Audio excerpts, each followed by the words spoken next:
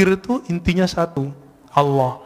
Kan semua zikir Allah melahirkan la ilaha illallah paling tinggi. Lalu bawahnya Allahu Akbar.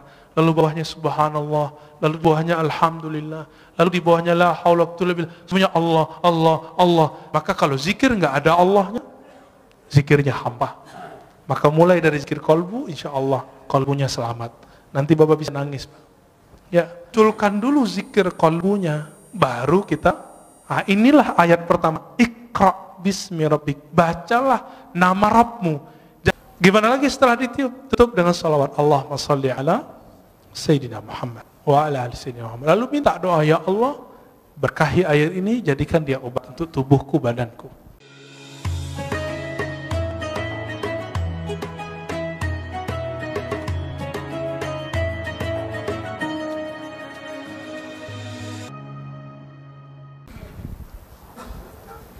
Antara ahli medis dan ahli kolbu itu yang beda mazhab. Tapi yang beruntung yang mengerti ilmu kolbu plus mengerti ilmu cara niup. Orang baca Quran niupnya bukan gitu, Pak. Ada caranya. Mau diajarin, Pak? Bahasa Arabnya yanfuth. Yanfuth. Gitu beda. Itu bukan tiupan, itu mindahin CO2 itu. Yanfus itu tiupan yang tidak ada rasa geraknya. Gitu. Yanfus. Mirip-mirip. Maka beberapa silat saya lihat itu, dia punya latihan nafas, tapi itu lebay juga ya. Ini nggak apa-apa juga sih. Gimana? Ternyata bukan hanya itu yang penting. Bapak kalau saya kirimin WA, saya bilang, Bapak hebat ya, ahli tahajud, mujahid fisabilillah, semangat Pak. Tapi saya bilang, cemen lo, soalim. Itu di WA. Kalau Bapak baca ada efek nggak? Ngefek ke badan nggak? Waktu pengurus diteror waktu 2 tahun lalu, atau 3 tahun lalu, karena mencoba menetralisir kajian, itu WA bikin rusuh itu Pak, bikin gundah. Benar nggak? Kalimat-kalimat itu punya energi kalau dibaca, apalagi kalau dilafazkan, apalagi kalau dihembuskan. Kenapa? Karena energi-energi yang ada di situ dia bisa tersimpan. Coba lihat flash disk, dia bisa nyimpan data. Handphone bisa nyimpan data, maka semua benda-benda itu bisa nyimpan energi, data-data itu. Semuanya bisa nyimpan data. Kenapa sendal Imam Ahmad itu bisa mengeluarkan jin? Seorang laki-laki datang, ya Ahmad, ya Aba Abdullah, anakku, putriku sering kesurupan, kayaknya dipaksa nikah kayaknya. Rata-rata kesurupan, survei kita 70%, survei langsung, itu karena stres, ditekan. Di pesantren, kalau pesantrennya terlalu keras, kurang menikmati anak kita di kesurupan, Pak. Di asrama, di sekolah, apalagi dipaksa nikah sama, dipaksa kerjaan sama, atau lagi pergi berkemah itu ada tekanan. Nanti orang itu kesurupan. Itu stres. Tapi kalau ini bukan, ini gangguan sihir. Udah stres, kemasukan jin. Apa katanya? Maaf saya lagi sibuk, ini sendalku, tolong bawa, ketuk aja kepalanya, jangan digampar gitu ya, ketuk kepalanya. Akhirnya dia datang, pulang, dia ketuk kepala si putrinya, langsung sembuh. Apa hubungannya sendal sama? Jadi ulama-ulama ahli kolbu itu, untuk mengurus orang kesurupan, gak perlu baca ayat Pak. Karena dibacain ayat, jinnya juga hafiz. Diulang lagi hafalannya semua. Dia butuh memori kolbu yang tersimpan di situ.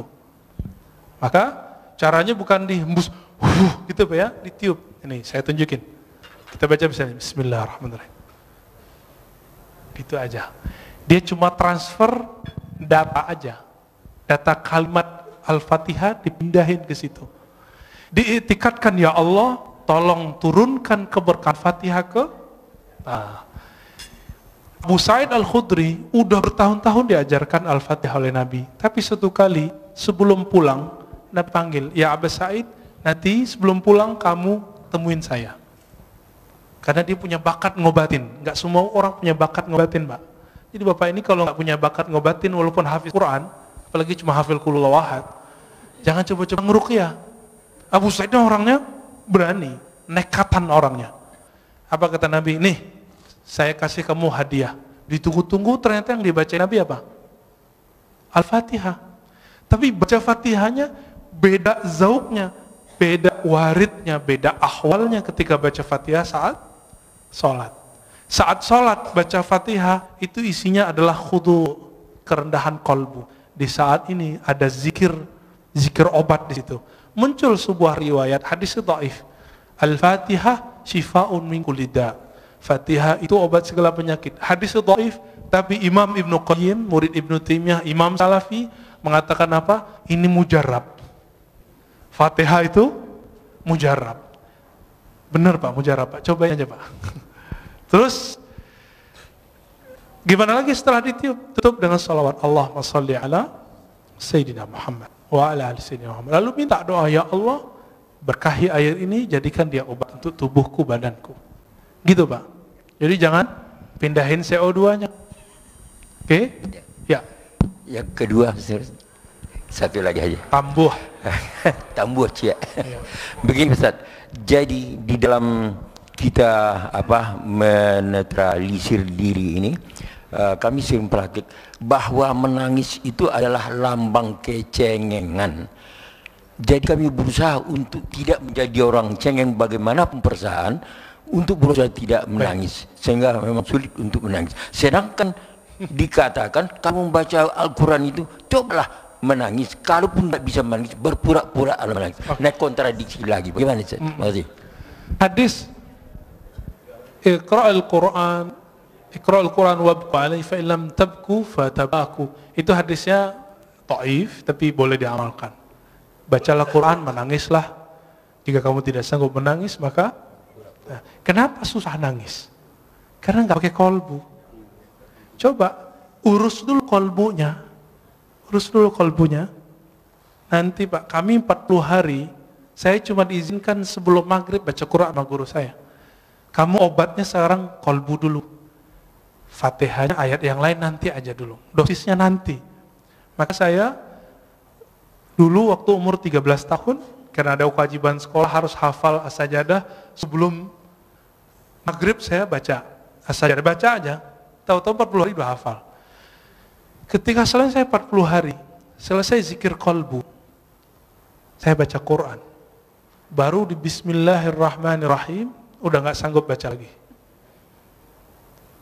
Tersenduh-senduh Pak. Cengeng gak? Enggak. Saya saat itu merasakan yang ngirim Quran itu ngomong, lagi kirim. Di zaman-zaman dahulu, zaman-zaman masih pakai surat, kalau orang rindu, maka dia bukalah surat yang ada di lemari, surat dari kekasihnya. Masih ingat gak? Dibuka, beberapa orang nangis. Dulu saya masih ingat bapak saya pertama saya ke Jakarta, itu kirim surat, Ananda gitu ya. Itu surat saya simpen itu. Sekarang karena pindahan nggak tahu nih masih ada, kayaknya masih ada. Ya. Kalau saya rindu, dulu kan belum ada handphone seperti sekarang. Saya buka aja itu bisa nangis Pak. Kalau surat dari ayah ibu bisa bikin nangis, bagaimana dengan Allah yang mewasiatkan untuk berbuat baik ke ayah dan ibu? Lebih nangis lagi. Maka munculkan dulu zikir kolbunya, baru kita, inilah ayat pertama, Iqra bismi rabbik, bacalah nama Rabbmu. Jangan pakai dengan itu kalau bahasa Indonesia kesannya dengan nama, kesannya beriringan. Padahal bi di situ li taukid, bacalah benar-benar nama Rabbmu. Siapa nama Rabb kita? Allah, itu zikirnya. Allah. Terus semakin kuat menabung nama Allah itu, karena Allah itu besar, maka akan muncul tangis. Tangis itu nggak cengeng Pak. Tangis itu satu tetesnya mampu memadamkan api neraka. Cengeng nggak? Yang cengeng tuh nangis kemana-mana, nggak bisa madamkan api neraka. Api kemarahan istrinya nggak bisa marah, Pak. Ya. Apakah itu cengeng? Tidak. Di Quran banyak sekali ayat-ayat yang menyebutkan salah satu ahwal para kekasih Allah adalah nangis. Ya bukun, ya. Mereka nangis. Bahkan ada sindiran orang yang suka ketawa, ya. Tertawalah sedikit, nangislah banyak, ada ayatnya. Ini terakhir, Pak. Imam Al-Hafiz Abdul Awwal Abul Waqt As-Sijzi Al-Harawi, guru dari Ibnul Jauzi, guru Imam ahli hadis, pakar hadis palsu, didatangi oleh seseorang. Dia pengarang kitab Al-Ba'un Al-Buldaniyah. Ketika dia datang, dia bilang, wahai tuan guru Abul Waqt Abdul Awwal, aku sudah lama ingin ngaji kepadamu, dan aku beruntung dapat keberkahan semajlis denganmu. Mendengar itu, Imam Abdul Awwal langsung nangis. Apa kata beliau? Lau araftani, kalau engkau mengenal aku, mazurtani, engkau tidak akan ziarahi aku. Kalau engkau tahu aibku, engkau tidak akan memandang keberkahan ada padaku. Lalu beliau nangis dan semua yang hadir nangis. Apa kata beliau? Kami dapat hadis, ribuan kali dapat hadis, tapi kalimat yang barusan kami dengar lebih kami sukai dari semua hadis yang selama ini kami dengar. Baru sebutkan hadis. Dikasih makan nggak mau makan beliau. Kenapa? Sudah nangis duluan. Jadi majelisnya ahli qalbu dari dulu itu nangis. Dan Imam Abdul Awwal ketika sakaratul maut, murid-muridnya ngumpul. Apa kata salah satu muridnya? Gurunya ini zikir dalam qalbunya, tapi muridnya nggak dengar. Kata si murid yang agak kurang sopan, si muridnya dapat hadis. Lakinu mautakum la ilaha illallah. Talkinkan orang yang sakarat la ilaha illallah. Wahai tuan guru, baca la ilaha illallah. Kata si murid. Apa kata gurunya? Aku sudah di dalamnya, ngapain kamu tegur-tegur lagi? Aku lagi asik, jangan diganggu lagi. Lalu terus menyebut Allah, ya Allah. Dan ketika Allah itu terus dibaca dan belum meninggal dalam keadaan menyebut ya Allah. Udah. Inti la ilaha illallah di mana? Allah. Kalau enggak ada kalimat Allah, ada enggak la ilaha illallah? Nah, inilah talqin pertama yang saya dapat dari guru saya, Syekh Muhammad Nuruddin, yang tadi saya cerita di awal. Yang ketika beliau wafat, jadi hujan lebat. Apa kata beliau? Zikir itu intinya satu, Allah. Kan semua zikir Allah melahirkan la ilaha illallah paling tinggi. Lalu bawahnya Allahu Akbar. Lalu bawahnya Subhanallah. Lalu bawahnya Alhamdulillah. Lalu di bawahnya la haula wa quwwata illa billah. Semuanya Allah, Allah, Allah. Maka kalau zikir nggak ada Allahnya, zikirnya hampa. Maka mulai dari zikir kolbu, insya Allah kolbunya selamat. Nanti Bapak bisa nangis, Pak. Ya. Ada lagi? Ini khusus majelis senior nih ya. Pantasan remisa buat majelis senior. Bismillahirrahmanirrahim. Ustaz. Ya. Assalamualaikum warahmatullahi wabarakatuh. Assalamualaikum. Saya pagi ini dapat guru kolbu nih. Alhamdulillah. Ya, alhamdulillah. Guru Bapak di samping, Pak. Ini saya kenal beliau 40 tahun yang lalu, Pak. Yang ahli kolbu beliau, Pak. 40 tahun yang lalu bersama beliau saya. Alhamdulillah. Ustadz Siregar. Ya. Beliau masih bujangan waktu itu, Pak. Ya. Sekarang istrinya masih satu, Pak. Satu, alhamdulillah. Ya. Putranya satu. Tadi saya sempat ngobrol sama beliau, luar biasa. Tolong, Pak, pada saat Pak Ustaz menemukan belajar kolbu itu, siapa cerminnya? Sekian. Wassalamualaikum warahmatullahi wabarakatuh. Ini tanya bertanya itu, Pak, ya. Saya jawabnya dua. Tapi itu tergantung makomnya kita. Maka yang Bapak rasakan, yang guru Bapak katakan sebelumnya, itu belum tentu yang saya dapatkan. Oke? Kalau secara ilmu hadis, al-mu'min mir'atul li akhihi. Mu'min itu cerminan bagi saudaranya. Itu secara hadis. Tapi secara ilmu qalbu, cerminan hakiki itu adalah nur Muhammadiyah, nur Rasulullah sallallahu alaihi wasallam. Disitulah orang bisa bercermin. Orang bercermin ke Nabi itulah yang disebut bersanad. Kalau dia tidak punya cerminan ini, nggak punya sanad ini, dia tidak bisa memantulkan cahaya Allah Tabaraka wa Ta'ala. Kenapa Rasulullah cerminannya? Karena Rasulullah yang paling lengkap mewarisi, dapat memantulkan semua asmaul husna. Ada masuk air putih, keluar air putih. Masuk nama Ar-Rahman, maka muncullah kesayangan Rasulullah ke semua umat. Itulah wa ma arsalnaka illa rahmatan lil alamin. Muncullah Ar-Rahim, maka Nabi SAW mencintai. Itu surat laqad ja'akum Al-Bara'ah ayat terakhir, bagian 2 terakhir. Wabil mu'minina ra'ufur rahim.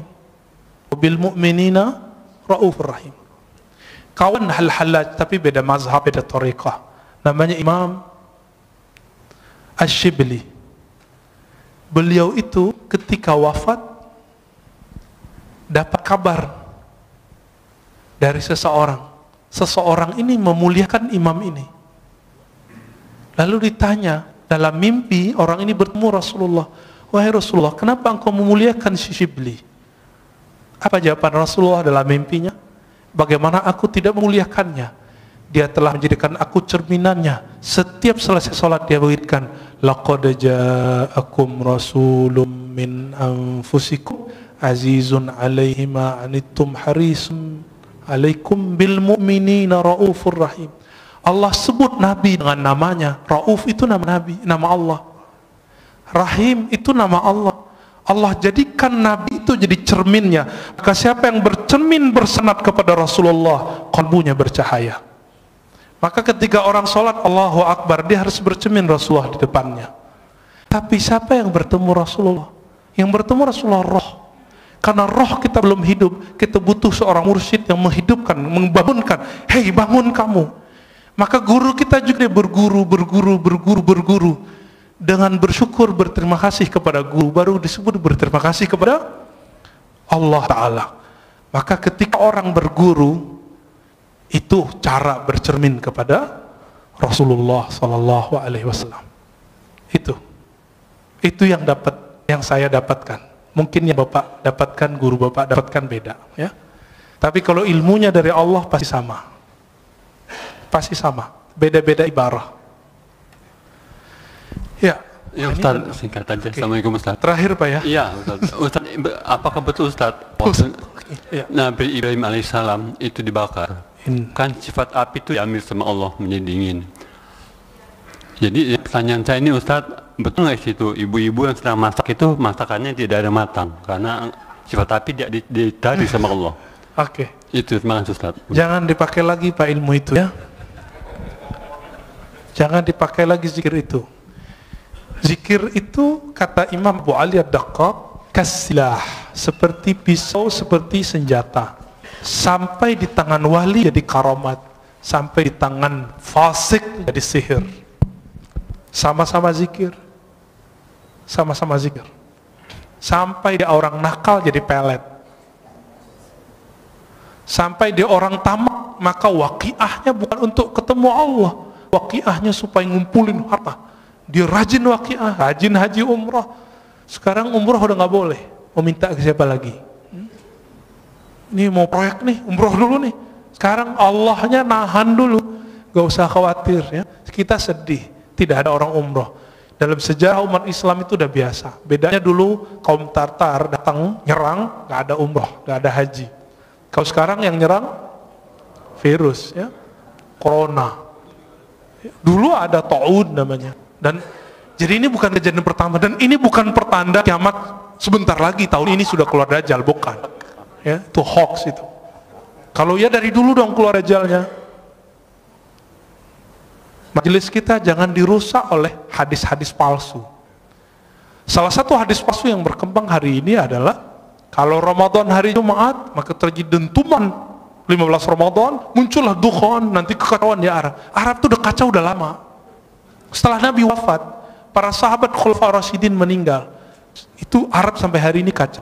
Gak berhenti Bapak baca sejarah. Saya hobi baca buku-buku sejarah. Kitab Al-Bidayah wa Nihayah Ibnu Katsir 14 jilid kita khatamkan karena kita tahu kapan saja ada konflik.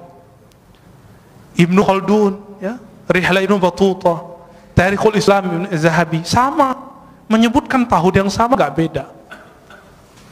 Jadi nggak usah khawatir, insya Allah nanti Allah angkat. Ya Allah marfa'anna. Maka doa kunut sekarang hampir wajib. Namanya kunut subuh plus nazilah. Ya, kalau bisa ditambahkan kepada imam, tolong kasih tahu. Allah fa'idfa'annal bala wal waba. Ya Allah, tolak bala dan wabah dari kami, wabah virus. Ya, insya Allah Allah jauhkan. Jadi kalaupun flu, insya Allah nggak corona Pak, insya Allah ya. Kalaupun kena, waqina syarra ma qadait. Apa arti waqina syarra ma qadait? Kalaupun kami kena, tapi tolong haluskan kenanya ya Allah. Insya Allah nggak parah. Kalaupun parah, Allah ambil nyawanya langsung biar nggak susah hidupnya. Itu. Jadi jangan diamalin lagi Pak ya. Ya. Kalau ada teman Bapak kasih tahu, jangan coba-coba pakai zikir itu untuk menahan biar ibu-ibu nggak matang. Biasanya itu kalau orang ke resto tuh ya, dikerjain dapurnya. Di kampung saya dulu banyak. Sekarang orang-orang udah banyak yang soleh Pak. Ya.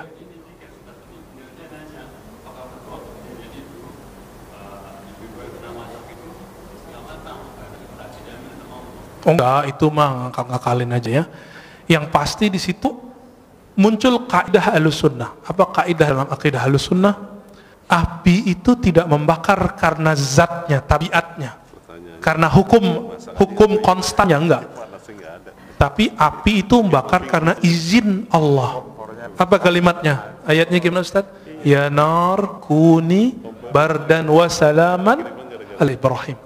Wahai api, jadilah kamu kuni itu kan asalnya kun, karena nar itu dia bukan benda yang berakal, disebut kuni, disebut dia feminim pakai ya, kuni, hendaklah kamu menjadi keadaannya dingin.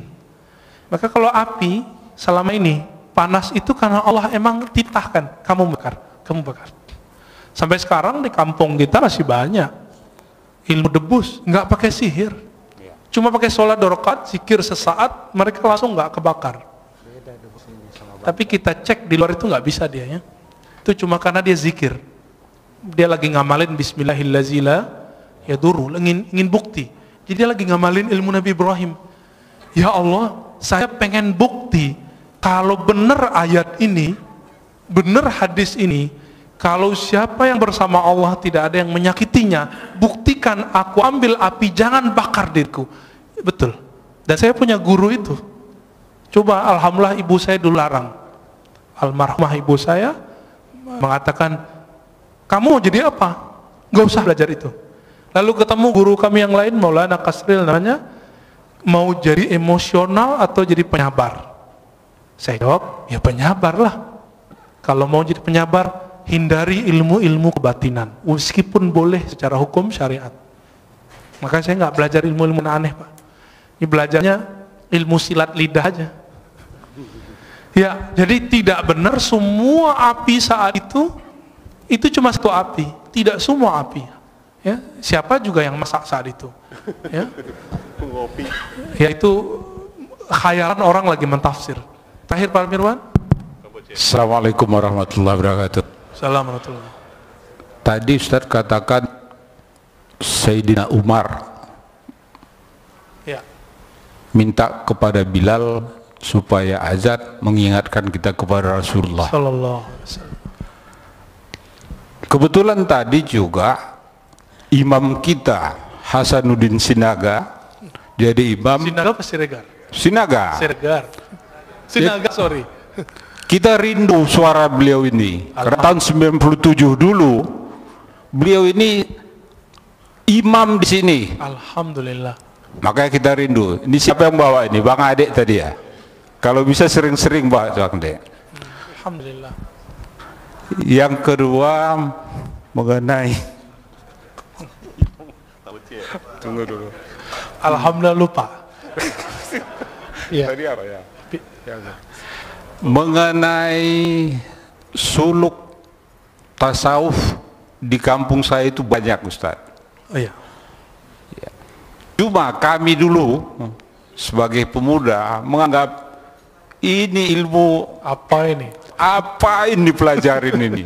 Nah, setelah di Jakarta ternyata Pak Ustadz memberikan yang sebenarnya, ya bagaimana ilmu itu dilakukan, sehingga Pak Ustadz yang masih muda, masih seumuran anak saya, tapi emosinya tidak tinggi, sementara saya masih meletup ini. Gimana kira-kira Ustadz? Demikian. Assalamualaikum warahmatullahi wabarakatuh. Assalamualaikum warahmatullahi wabarakatuh.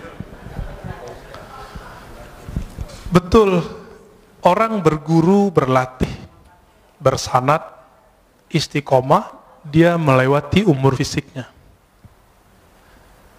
Maka guru-guru kami, di mudanya mereka sudah jadi syekh. Syekh itu artinya orang tua. Dan saya dikasih gelar syekh oleh guru saya umur 27. Umur saya sekarang 34. Jadi masih jauh dibandingkan imam kita. Tapi umur 12 tahun, saya sudah belajar zikir, alhamdulillah. Umur 13 kita riyadhah. Dan riyadhah itu, latihan itu, riyadhah artinya latihan yang berulang-ulang. Kami kerjakan sampai hari ini. Sampai hari ini. Kami nggak perlu banyak-banyak ilmu, dikit tapi kami amalkan. Zikir itu dari pangkal sampai ujung, zikir intinya cuma Allah. Maka kami zikir Allah setiap hari. Itu aja setiap hari. Guru saya mengatakan, hei, kamu mau bahas apa saja, semua wali zikirnya ini. Betul, kita udah ketemu banyak wali-wali Allah, dan semua zikirnya ini. Nggak lepas dari nama ini. Dan ternyata inilah warisannya Nabi Muhammad SAW yang orang banyak lupa. Orang kalau nuzul Quran cerita apa? Nggak cerita zikir. Ya. Orang cerita zikir, bahasnya sunnah bid'ah lagi. Nggak jadi zikir-zikir. Ya. Yang di kampung Bapak itu, Bapak yang Aceh kan? Ya. Itu ada Syekh Muda Wali.